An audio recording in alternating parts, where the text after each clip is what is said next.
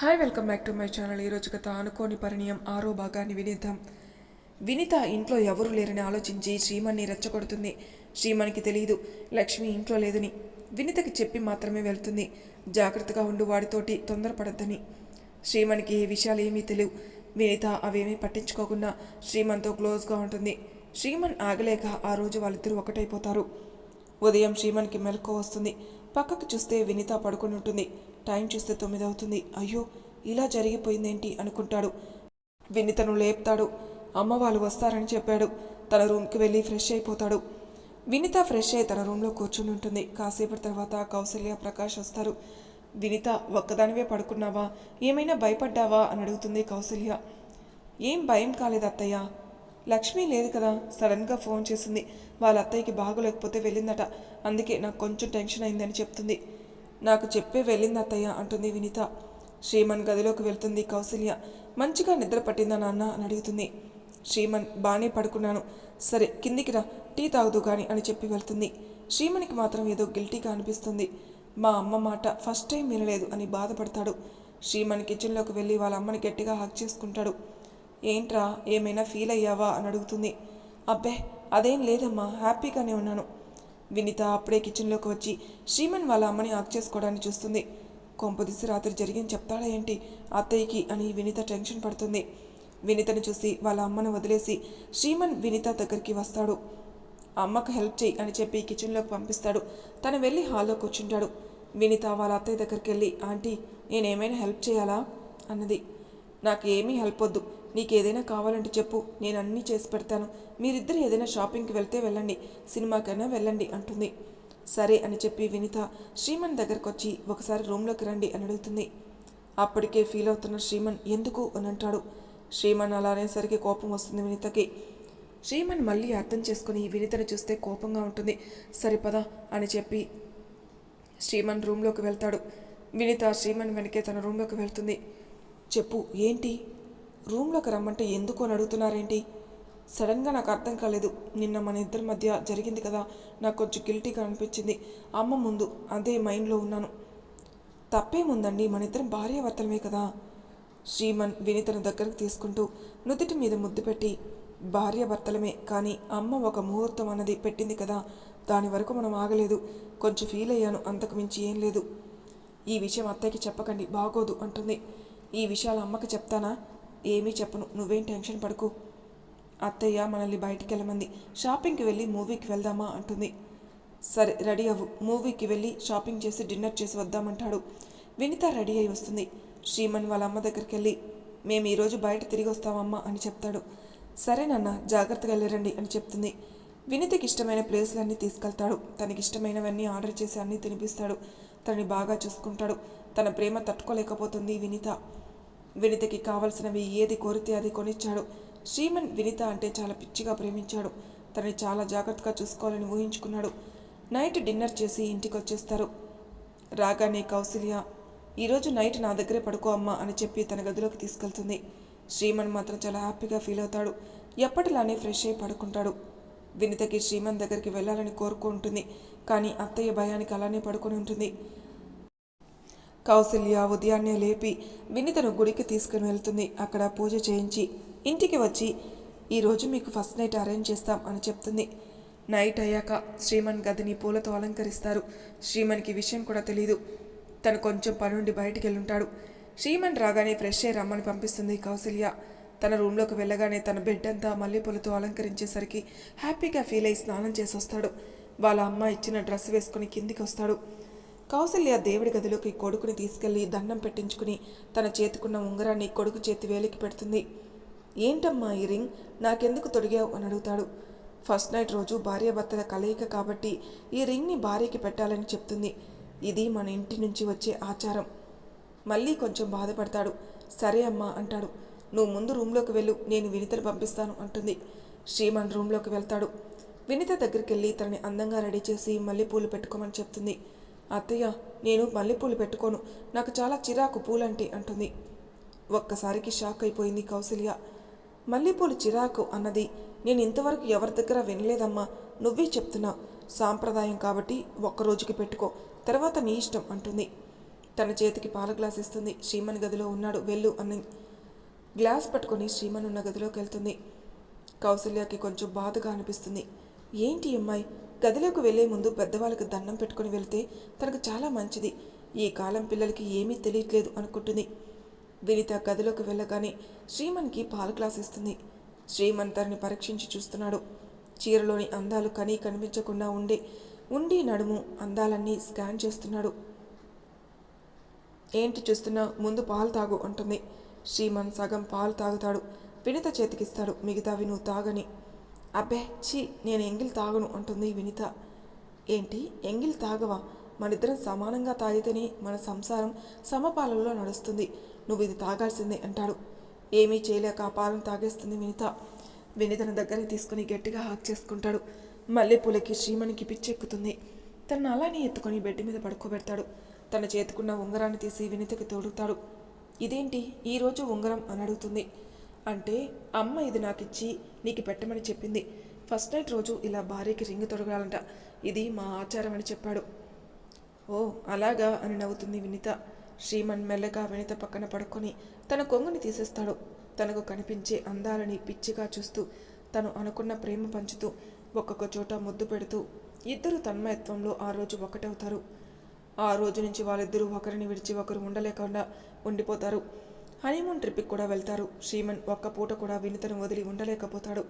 అంతగా ఐక్యమైపోతాడు ఆమెలో.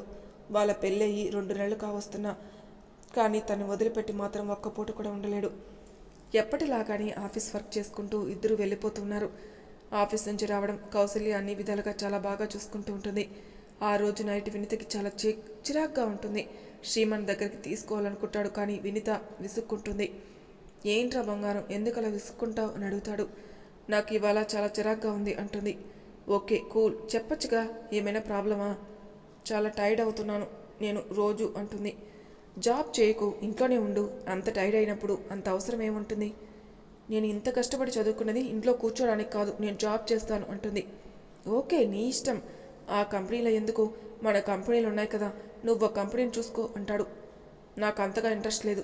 నేను సంపాదించుకున్న నా టాలెంట్ తోటే ఆ జాబ్ చేస్తాను అంటుంది. సరే మీ ఇష్టం అంటాడు శ్రీమన్. వినిత విసుగ్గానే పడుకుంటుంది. శ్రీమన్ అలాగే పడుకుంటాడు. వినిత చీటికి మాటికి ఏదో ఒక విషయం ఎత్తడం శ్రీమన్ చాలా ఓపికగా భరించడం జరుగుతూ ఉంది. వాళ్ళిద్దరి మధ్యలో ఏది జరిగినా వాళ్ళ అమ్మకి తెలియనివ్వకుండా ఉంటున్నాడు. శ్రీమన్ ప్రేమను తక్కువ చేసి చూడడం, తను ఏది అడిగినా శ్రీమన్ కాదనకుండా తీసుకొచ్చేయడం చేస్తున్నా కానీ తనకి అంతగా సాటిస్ఫాక్షన్ అనిపించడం లేదు. లక్ష్మి ఒకరోజు శ్రీమన్ని పిలిచి ఏదో డబ్బుల విషయమై మాట్లాడుతూ ఉంది. శ్రీమన్ సరే అని చెప్పి వెళ్ళిపోతాడు. వినిత వింటుంది వీళ్ళ మాటలన్నీ. శ్రీమన్ గదిలోకి వచ్చాక, ఏంటి మీ అక్క ఏదో డబ్బుల గురించి మాట్లాడుతుంది? అవును ఉందిలే అని. అదేంటి ఎప్పుడు మన ఇంట్లోనే ఉంటుంది, అత్తారింటికి వెళ్ళలేదా అని అడుగుతుంది.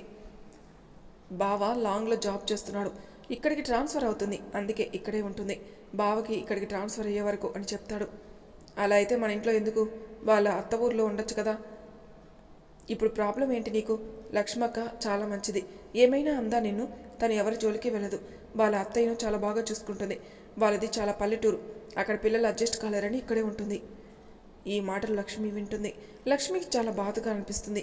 అదే బాధతో తన గదిలోకి వెళ్ళి పడుకుంటుంది. ఉదయం తొందరగా లక్ష్మి లేచి వాళ్ళ అమ్మ దగ్గరికి వెళ్ళి, అమ్మ నేను తన దగ్గరికి వెళ్తాను అంటుంది. తను వచ్చే వరకు ఒక 2 months పడుతుంది కదా, ఇక్కడికి ట్రాన్స్ఫర్ అవుతుంది. అల్లుడు గారి దగ్గరికి మళ్ళీ నువ్వు పోవడం ఏంటి? పిల్లలు అటు ఇటు తిరగడం డిస్టర్బ్ అవుతుంది కదా. లేదమ్మా, నాకు తను ఊరికే గుర్తొస్తున్నాడు, నేను వెళ్తాను అంటుంది. ఏమైంది అసలు నీకు? సడన్గా వచ్చి ఇలా అడుగుతున్నావేంటి? మీ అత్తయ్య దగ్గర కూడా వెళ్ళొచ్చావు కదా, తను బాగానే ఉంది కదా. శ్రీమన్ అప్పుడే వచ్చి, ఏంటక్క ఎక్కడికి వెళ్తావు? బావకు కష్టంగా ఉందంటరా, వెళ్తాను.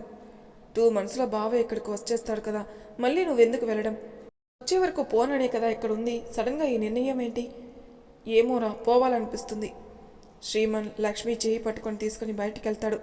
ఇప్పుడు చెప్పే నిజం నా కళ్ళలోకి చూసి చెప్పు, ఏం జరిగింది? ఏమీ జరగలేదు.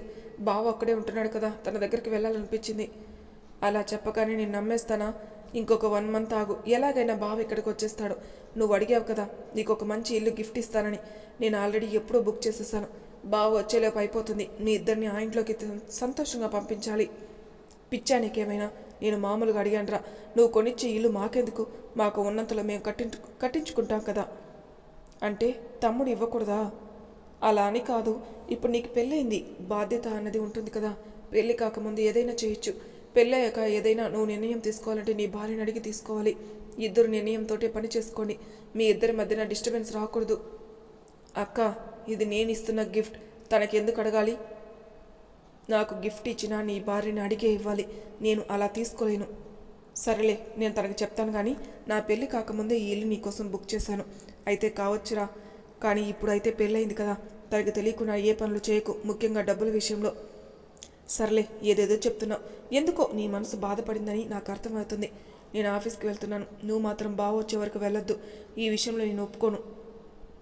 లక్ష్మి ఇంట్లోకి వచ్చి తన గదిలోకి వెళ్ళి బాధపడుతుంది. నేను ఇక్కడుండి తప్పు చేశాను. నా వల్ల వాళ్ళిద్దరికీ ఏదైనా డిస్టర్బెన్స్ అవుతున్నాయేమో. నేను నా భర్త దగ్గరే ఉండాల్సింది. అత్తయ్య దగ్గరికి వెళ్దామంటే పిల్లలు అక్కడ అడ్జస్ట్ కాలేకపోతున్నారు. అలా ఆలోచిస్తూ ఉండగానే లక్ష్మి దగ్గరికి ప్రకాష్ వస్తాడు. ఏంట్రా లక్ష్మి, ఎందుకు ఆలోచిస్తున్నావు? ఏమైంది? ఏం లేదు నాన్న, మామూలుగానే ఉన్నాను. మరేంటి అమ్మతో వాదిస్తున్నావు? అల్లుడి దగ్గరికి వెళ్తానని. అక్కడ కష్టంగా ఉందనే కదా ఇక్కడికి వచ్చింది. 1 or 2 monthsలో వచ్చేస్తున్నాడుగా, ఎందుకంత బెంగ పెట్టుకున్నావు? అబ్బే, అదేం లేదు నాన్న. ఎప్పుడు నేను ఇక్కడ ఉంటే బాగోదు కదా, అందుకే అలా అనిపించింది. ఏంట్రా ఆ మాటలు? నా కూతురు నా ఇంట్లో ఉండకుంటే ఎక్కడుంటుంది? నాన్న, నాకు పెళ్ళి అయిపోయింది. ఇక్కడుంటే బాగోదు. తమ్ముడికి పెళ్ళి అయిపోయింది కదా, తను ఏమనుకుంటుంది చెప్పు? నాకు అర్థమైపోయింది. నువ్వు రాత్రి వాళ్ళిద్దరి మాటలు విన్నావు కదా, అందుకే నీకు ఇలాంటి ఆలోచనలు వస్తున్నాయి. అవును, నేను కూడా విన్నాను. తెలిసి తెలియని అమ్మాయి కదరా, కొత్త కదా, అలాగే మాట్లాడుతుందిలే. అయినా తల్లిదండ్రుల దగ్గర ఉంటున్నావు, వాళ్ళిద్దరి దగ్గర కాదు కదా. నీ భర్త వచ్చే వరకు నువ్వు ఇక్కడే ఉండాలి. నిన్ను నేను అన్ని విధాలుగా చూసుకుంటానుగా. ఇప్పుడు సాత్విక వస్తుంది వారం రోజుల్లో, దాన్ని కూడా పంపించాలా? నాన్న, నేను అలా అనట్లేదు. నాకు పెళ్ళైంది కాబట్టి ఇక్కడ ఉండడం మంచిది కాదంటున్నాను. దానికి పెళ్ళి కాలేదు కాబట్టి అది ఇక్కడే ఉండాలి. అది నీ అంతా మెతక మనిషి కాదమ్మా, అది అందరినీ ఆడిస్తుంది. వచ్చాక చూడు అంటాడు ప్రకాష్. లక్ష్మి నవ్వుతుంది. దానికి కూడా పెళ్లి చేయండి నాన్న. తమ్ముడు పెళ్ళికి రాలేనంత బిజీగా ఉందా? అది రాని చెప్తా అని కోపంగా ఉంటుంది లక్ష్మి. ఇప్పుడు వచ్చి హడావిడి చేస్తుందే, వారంలో ఇక్కడికి వస్తుంది. తనకి లీవ్ దొరకలేదట. లక్ష్మి, నువ్వేం ఆలోచించకుండా పడుకో అమ్మా. తనని ఏమీ పట్టించుకోకు, సరేనా? మీ ఆయన వచ్చాక వెళ్దు గాని. సాయంత్రం అయ్యాక శ్రీమన్ వస్తాడు. లక్ష్మి అని పిలిచి కాఫీ తీసుకురా అని చెప్తాడు. అప్పుడే వినిత కూడా వస్తుంది. ఫ్రెష్ అప్ అయి వచ్చి శ్రీమన్ పక్కన కూర్చుంటుంది. లక్ష్మి వినిత వచ్చేది చూసి ఇద్దరికి కాఫీ పెట్టి తీసుకుని వచ్చి ఇద్దరికి ఇస్తుంది. వినిత అలాగే కాళ్ళ మీద కాలేసుకొని కూర్చుని ఉంటుంది. తీసుకుని ఏం మాట్లాడకుండా తాగేస్తుంది వినిత. శ్రీమన్కి కొంచెం నచ్చదు. అక్క ముందు అలా బిహేవ్ చేయడం. అయినా ఏమీ అనడు. లక్ష్మి వెళ్ళబోతుంటే, లక్ష్మి పిల్లలు తయారు చేసి ఈరోజు నైట్ డిన్నర్ చేసొద్దాం అంటాడు. లేదురా, నేను రాను. పిల్లలు మళ్ళీ అల్లరి చేస్తారు, నాకు కొంచెం టైట్గా ఉంది అంటుంది. పిల్లలు అల్లరి చేస్తే కొత్తగానా చేస్తారా? ఎప్పుడు బయట డిన్నర్ అంటే సంతోషపడేదానివి, ఇప్పుడేంటి ఇలా చెప్తున్నావు? ప్రతిదానికి ఏదోలాగా తీసుకోకరా, నేను మామూలుగానే అన్నాను అంటుంది. సర్లే, నేను పిల్లలకి చెప్పి రెడీ చేస్తాను. లక్ష్మి వెళ్ళిపోతుంది. శ్రీమన్, ఏంటి నన్ను అడగకుండా బయట డిన్నర్ అరేంజ్ చేసావు? క్యాజువల్గా చెప్పాను, ఇదంత పెద్ద చెప్పాల్సిన విషయమేం కాదు కదా. వినిత పెళ్ళైన దగ్గర నుంచి అక్కతో ఎక్కడికి వెళ్ళలేదు. బావ లేడు కదా, కొంచెం దానికి రిలాక్స్గా ఉంటుందని తీసుకెళ్దామని అన్నాను. మనిద్దరం ఇప్పుడు హ్యాపీగా తిరుగుతున్నాం. అక్క లోన్లీగా ఫీల్ అవుతుంది కదా, అలా ఒకసారి బయటకు తీసుకెళ్తే తనకు మనసు బాగుంటుందని అన్నాను. అదే నాకు చెప్పాలి కదా. ఇందులో చెప్పడానికి ఏముంది, క్యాజువల్గా సడన్గా వచ్చేసింది అన్నాను. వినిత అక్కడి నుంచి రూమ్లోకి వెళ్ళిపోతుంది. శ్రీమన్కి ఏం మాట్లాడాలో అర్థం కాలేదు. ఇదేంట్రా బాబు, హ్యాపీగా ఉందామనుకుంటే ఏదో ఒకటి చిటిమాటికి గొడవలు. శ్రీమన్ వినిత దగ్గరికి వెళ్ళి దగ్గరకు తీసుకుని, ఇందులో తప్పేముందిరా, అది లోన్లీగా ఫీల్ అవుతుందని అన్నాను. తనతో పాటు ఎప్పుడైనా తీసుకొచ్చానా? నా బుజ్జి కదూ, ఆలోచించమ్మా. ఒకసారి లక్ష్మి ఫీల్ అవుతుంది, అందరం కలిసి వెళ్దాం ఈ ఒక్కసారికి అంటాడు. సరేలే అంటుంది వినిత. అప్పుడు శ్రీమన్ హ్యాపీగా అనిపించి యాక్ట్ చేసుకుంటాడు. శ్రీమన్ వినిత ఎలా చేసినా నచ్చుతుంది. చాలా ఓపిక్గా భార్యని ఏదన్నా పట్టించుకోకుండా చూసుకుంటున్నాడు. లక్ష్మి పిల్లల్ని రెడీ చేసి లక్ష్మి కూడా రెడీ అయి వస్తుంది. అందరూ కలిసి ఒక హోటల్కి వెళ్తారు. అక్కడ పెద్దగా 8 members పట్టే అంతగా టేబుల్ బుక్ చేస్తాడు. ఇంత పెద్ద టేబుల్ ఎందుకండి, మనం ఉన్నది 5గురమే కదా అంటుంది. నీకు సర్ప్రైజ్, మా ఫ్రెండ్స్ రావద్దా? వాళ్ళని కాదని నేను ఎప్పుడు వెళ్ళలేదు అని చెప్తుండగానే సారిక సార్థిక్ కూడా వస్తారు. సారిక వెళ్ళి శ్రీమణి హాక్ చేసుకుని, ఎలా ఉన్నావురా, పెళ్ళైతే అస్సలు కనబడట్లేదు, ఆఫీస్కి వస్తున్నావు వెళ్తున్నావు, ఏం మాట్లాడట్లేదు అంటుంది. సారీరా, కొన్ని రోజులైనా అలానే ఉంటాను. సాత్విక్, ఏ సారిక రామ్మ ఇక్కడ కూర్చుంది గాని బాగా ఆకలేస్తుంది, వాడు డిన్నర్కి పిలిచాడు కదా. అందరూ కూర్చుంటారు. వినితకి ఏం నచ్చదు, పైకి మాత్రం నవ్వుతుంది. ఇందులో కృతిక కూడా వస్తుంది. వెళ్ళి శ్రీమణి హక్ చేసుకుని అప్పట్లాగానే వచ్చి కూర్చుంటుంది కుర్చీలో. ఏంటి అసలు ఇంత లేటుగా వచ్చావు అంటాడు. హాయ్ డార్లింగ్, నిన్న ఎలా మర్చిపోతాను నిన్ను, నాకు కొంచెం వేరే పని ఉంది అందుకే లేట్ అయింది అంటుంది కృతిక. అందరికీ ఇష్టమైనవన్నీ ఆర్డర్లు చేస్తారు. అందరూ ఫుల్గా తిని ఎంజాయ్ చేస్తూ ఉంటారు. వినితకు మాత్రం లోపల కాలిపోతుంది, ముఖ్యంగా కృతికని చూస్తేనే. సారిక సార్థిక్ వెళ్ళిపోతారు. కృతిక వెళ్ళిపోతుంది. వీళ్ళంతా కలిసి ఒక కారులో ఇంటికి వెళ్తారు. లక్ష్మి పిల్లల్ని తీసుకుని రూమ్లోకి వెళ్ళిపోతుంది. శ్రీమన్ వినిత రూమ్లోకి వెళితే శ్రీమన్ ఫ్రెష్ అయి వస్తాడు. వినితని దగ్గరకు తీసుకోవాలనుకునే లోపే వినిత శ్రీమని పక్కకు తోసేస్తుంది. ఇప్పటి వరకు బాగానే ఉన్నావు కదా, మళ్ళీ ఏమైంది నీకు? డ్రెస్ కూడా చేంజ్ చేసుకోలేదు, అలాగే పడుకుంటున్నావు.